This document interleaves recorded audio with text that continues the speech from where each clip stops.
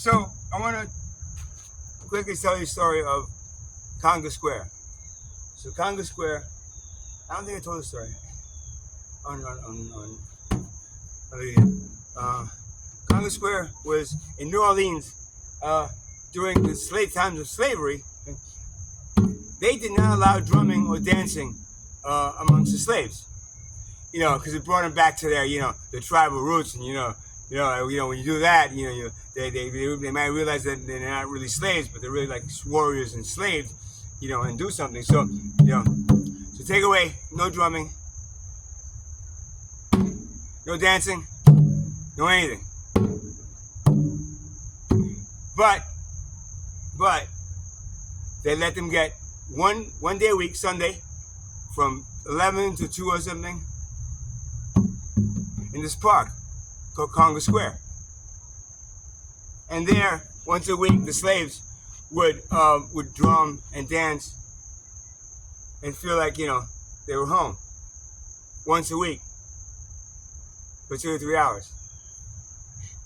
It's sort of Conga Square. It's pretty famous now for being that. If you go to New Orleans, go check it out. I haven't been there, but I saw pictures. I know the story.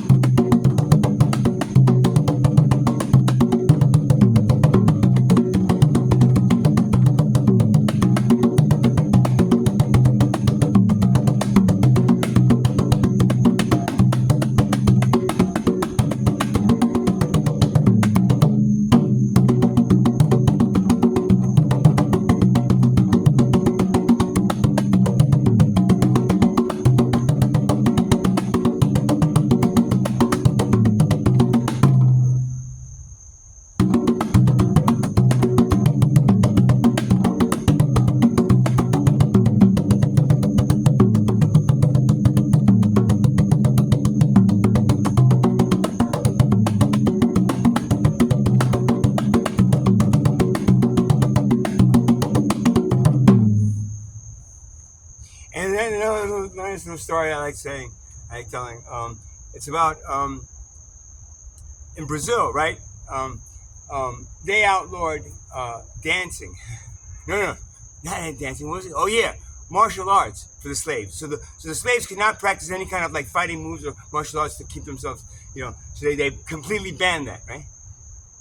Again, Brazil, you have a mix of the Spanish, the Portuguese and the Spanish that colonized it. The Mayans that that were slaughtered, children of them, and then the blacks that were brought over as slaves to work on plantations in Brazil, whatever that means. So they didn't let them do practice any martial arts. So they developed something called capoeira. Now, if you go watch capoeira, right, it's a dance that they do, but it strikingly looks like it could easily turn into a martial art. Because they're basically swinging around like Asian martial artists in the air about an inch from your face, but making it seem like it's a dance back and forth. So that's how they kept their skills as whenever I don't know the story of Brazil when they got their freedom, but whenever it was, I'm sure the capoeira helped.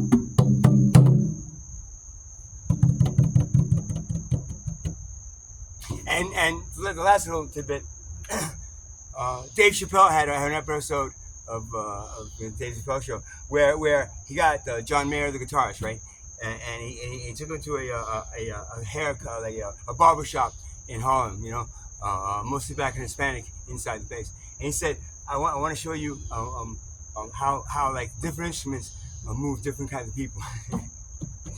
So he had John Mayer play guitar, like nice bluesy, like rocky bluesy guitar, and everybody's like, "Yo, dude, stop playing, man!"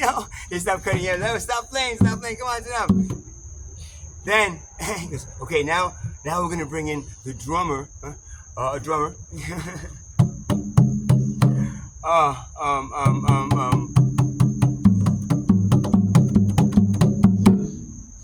I forgot the name of it. I'm sorry, dude. I forgot the name of the band, man. But he's a really good African American drummer. He actually was. I think he was the drummer for one of those late night shows too. But he Tropical Quest. It was a Tropical Quest. He's a good drummer. He goes, now watch when the drum plays. And you see like everybody, like the barbers start dancing, stuff like going, and the people in the chairs start moving in the chairs and stuff. And it was mostly black and Hispanic. And it just shows you, I mean, it's a joke, but the culture of African American and Hispanic, more than any other culture that I've seen. I'm sorry. Middle Eastern as well. Those three cultures are the most like love drums. I mean, drums to them brings them back home to where they fucking belong before you fucking brought them over here as slaves. Understand? So, the drums are loved.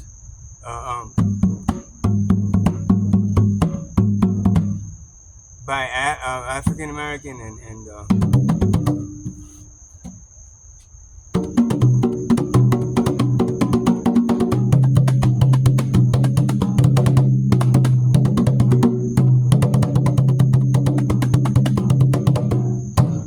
Spanish culture, which is the South American culture, which is a mixture of like the Mayan, the Peruvian, the Aztec, the ones that were slaughtered by, and then by the same people that discovered America, the Spanish and the Portuguese,